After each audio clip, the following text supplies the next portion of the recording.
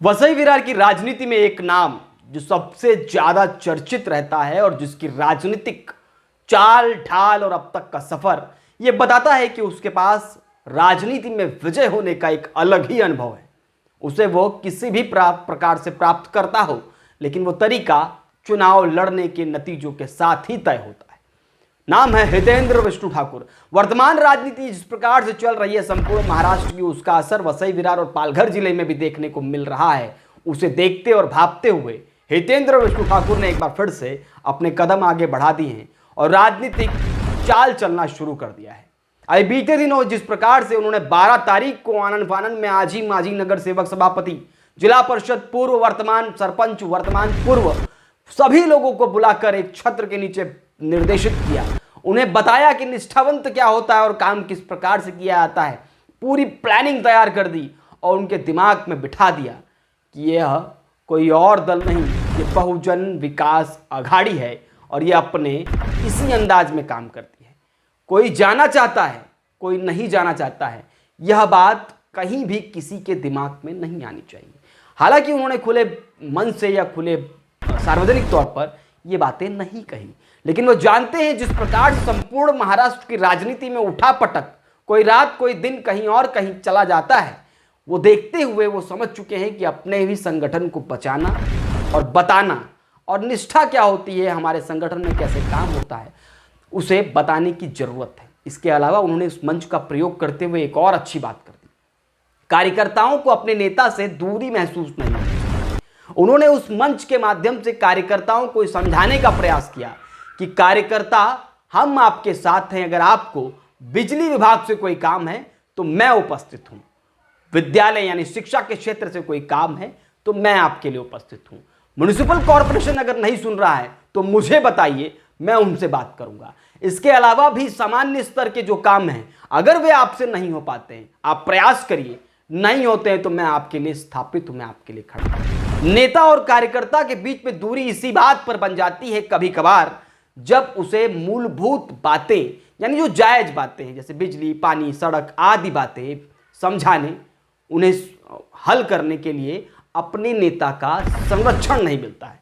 ऐसे में कार्यकर्ता नाराज हो जाता है, रुष्ट हो जाता है और धीरे धीरे वो कहीं और नेता ढूंढने लगता है।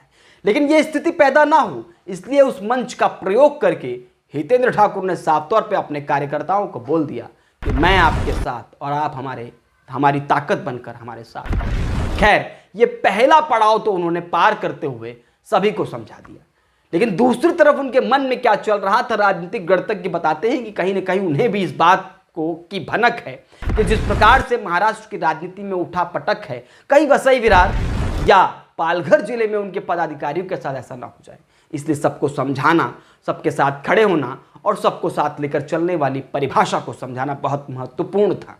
खैर, हितेंद्र ठाकुर ने सब कुछ तो किया, लेकिन आने वाले समय में और बीते दिनों को अगर हम जरा पैरेलल रखकर यानी कि समांतर रखकर अगर समझे तो समझिए इस बात को कि राजनीति किस दिशा में जा रही है। जिस प्रकार से एकनाथ शिंदे ने पहले तो कहा कि अप्पा आपको शिकायत का मौका नहीं मिलेगा, लेकिन उसके बाद उन्होंने उन्हीं कार्यकर्ताओं को अपने तरफ घसीट लिया जो लगातार हितेंद्र ठाकुर को गिराने, हराने की योजना तैयार कर रहे हैं। उन्हें अपने तरफ करके उन्हें ताकत देना, पद देना, प्रतिष्ठा देना और मान देने के साथ उन्हें ताकत देने की बात कह रहे हैं वर्तमान मुख्यमंत्री एकनाथ शिंदे। इस बात की भनक अंदर खाने जैसे हम सभी को है, वैसे उनको भी हो चुकी होगी। बस उसी को ध्यान में रखते हुए उन्होंने 2024 तक के लक्ष्य को किस तरह प्राप्त किया जाए इसकी योजना तैयार करना शुरू कर दिया। और फिर 2024 में लोकसभा चुनाव के बाद विधानसभा चुनाव भी है और जो वर्तमान में अभी आने वाले समय के सबसे बड़ा पड़ाव है उनका, कहा जाता है कि महानगर पालिका के चुनाव उनके लिए जड़ है और ऐसी जड़ जिसकी जो बड़ा होता है तो उसकी थैली के साथ जो शाखाएं निकलती हैं, फल निकलता है, वो फल तो खैर जीत हासिल करने के बाद, लेकिन उससे पहले जो शाखाएं वटवृक्ष बड़ा होता है वो एमएलए और खासदार तक का सफर तय करता है। और महाराष्ट्र की राजनीति में उठा पटक उथल पुथल मचाने के लिए इनके पास आमदार ऐसा वोट काफी होता है। खैर, इस पूरे लक्ष्य को ध्यान में रखते हुए, महानगर पालिका के चुनाव को ध्यान में रखते हुए, उधर 2024 के इलेक्शन को ध्यान में रखते हुए और आने वाले विधानसभा के चुनाव को ध्यान में रखते हुए उन्हें पता है कि कोई भी चाल ऐसी ना चली जाए कि म्युनिसिपल कॉर्पोरेशन के चुनाव में कोई खामियाजा भुगतना पड़े। खैर, हितेंद्र ठाकुर पूरी तरह कमर कस चुके हैं एकनाथ शिंदे के चाल ढाल को समझते हुए, इधर उद्धव बालासाहब ठाकरे के गुट को भी समझते हुए पूरी तैयारी वो कर चुके हैं। और वर्तमान स्थिति के अनुसार देखा जाए तो हितेंद्र ठाकुर की प्लानिंग चुनाव चुनाव और चुनाव को लेकर है।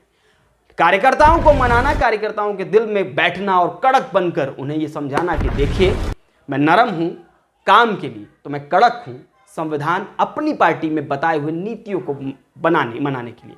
मैं हितेंद्र ठाकुर हूं, जिस नाम से लोग जानते हैं उस अंदाज को ही भूला नहीं। ये सारी बातें लगभग बताने और समझाने में कामयाब रहे हैं हितेंद्र ठाकुर वर्तमान राजनीति के अनुसार। खैर, वो राजनीति की परख अच्छी समझते हैं और पूरी तरह समझ चुके हैं कि इस समय उन्हें स्टैंड लेना पड़ेगा और उसी स्टैंड के आधार पर अब आने वाले समय में हितेंद्र ठाकुर अपने कदम को ठोक ठोक कर चलने वाले हैं। और आने वाले समय में जिस प्रकार की राजनीति हो रही है उसे वो पूरी तरह समझ चुके हैं और आगे की आगाज लगभग ऐसी होगी। आज के लिए इतना ही, धन्यवाद।